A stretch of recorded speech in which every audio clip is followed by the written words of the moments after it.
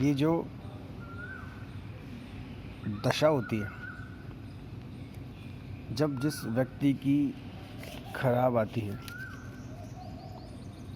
तब व्यक्ति की दिशा चेंज हो जाती है।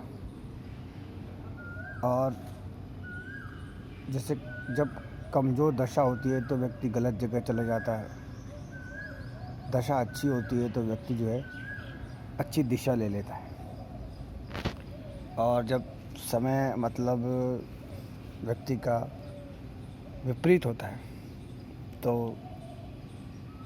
प्लैनेट्स की जो पोजीशन होती है वो इतना उसे परेशान नहीं करती जितना जब व्यक्ति कहीं किसी दूसरी दिशा में डाइवर्ट हो जाता है।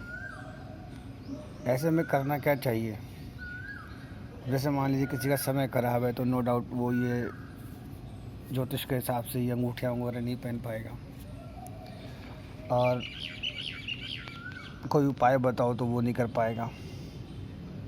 तो ऐसे में जो छोटा सा उपाय है वो ये है कि व्यक्ति को शंकर भगवान की पूजा करनी चाहिए। शंकर भगवान की जो पूजा है वो बहुत ही इतनी ज़्यादा मतलब वो वैसी नहीं है कि कोई व्यक्ति नहीं कर पाए। मंत्र है वो अपन लाइफ लॉन्ग बहुत सुनते हैं, ओम नमः शिवाय मंत्र है। दूसरी चीज़, कई बार किसी की व्यक्ति की जो स्थिति है वो रिश्तों में ख़राब हो जाती है। जैसे किसी की माता से नहीं बनती, पिता से नहीं बनती, व्हाटएवर जो भी और आगे जो रिश्ते होते हैं, मामा काका बाबा सास ससुर चाचा ताया फाया, या मान लो जहाँ वो काम करता ऑफिस में वो नहीं बनती, तो इट मीन्स सभी शंकर भगवान का तो ध्यान रखे। अदरवाइज़ जो वास्तु दोष है वो कंफर्म हो जाता है।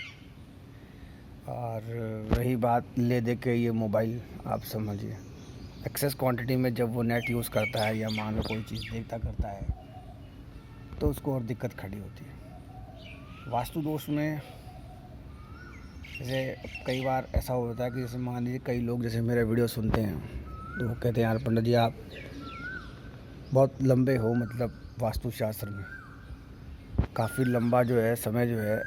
अब देखिए इसमें ये होता है कि अगर आप जैसे मान लीजिए मेरे वीडियो भी सुनेंगे या जैसे मैं कई बार कोई वास्तु टिप्स देता हूँ तो उसको आप माने।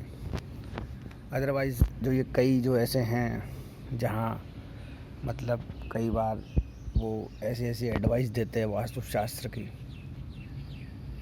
जहाँ और बल्कि बनता हुआ काम जो है वो बिगड़ जाता है। तो इन वेरी शॉर्ट, कम शब्दों में, एक तो शंकर भगवान की पूजा, दूसरी अगर कहीं वास्तु दोष या वास्तुशास्त्र में कोई मिस्टेक आती है तो जैसे जब मैं वीडियो में कई बार कोई वास्तु का टिप देता हूँ या जैसे मान लीजिए तो उससे उसी से ठीक करने की कोशिश करें। अब रही बात, कई लोग अपना दिमाग लगाते हैं, हाईली पेड जो वास्तु वाले होते हैं उनको मान लो बुलाते करते हैं। तो होता ये है कि जैसे कई बार हमें जो शिक्षा मिली होती है कि भाई दादाजी ने ये कहा था, दादी जी ने ये कहा था, नानी ने ये कहा था, या कोई हमारे बहुत पुराना बुजुर्ग था उसने ये कहा था, वही काम आती है होल लाइफ। फिर ये तो नए नए नमूने आते हैं। उसी प्रकार कई बार कोई चीज़ जैसे मैं वास्तुशास्त्र में टप्पे में मारता हूँ तो वो सही है। बाकी जैसे ये कई जो नए नमूने हैं तो इनसे ये है कि 20 अच्छा एक चीज़ ये होती है जब अपन यूट्यूब खोलें तो 4-5 जो वास्तु कंसल्टेंट हैं उनको सुनने के बाद फिर जैसे आप मेरे वर्ड्स पे गौर करिएगा। और रही बात वास्तु दोष जब होता है तो व्यक्ति को खुद को पता नहीं चलता और वो धीरे धीरे जो है वो ओम नमः शिवाय भी नहीं बोल पाता। और जो उसका जो काम है वो भाई समझिए, जब व्यक्ति सभी तरफ से कट जाता है, आप समझिए उसकी जो कोई मूलतः कोई जगह होती है, कोई दफ्तर होता है या कहीं वो फैक्ट्री में काम करता है या कहीं उसकी पुरानी कोई चीज़ होती है, जब वो डिस्टर्ब होती है तो कम्प्लीटली वो आगे तक डिस्टर्ब हो जाता है। रिश्ते कैसे डिस्टर्ब होते हैं आप समझिए, ले दे के व्यक्ति के पास 1-2 रिश्ते होते हैं और उन रिश्तों में जब खटास आती है तो व्यक्ति को उस वक्त ही बहुत दुख होता है।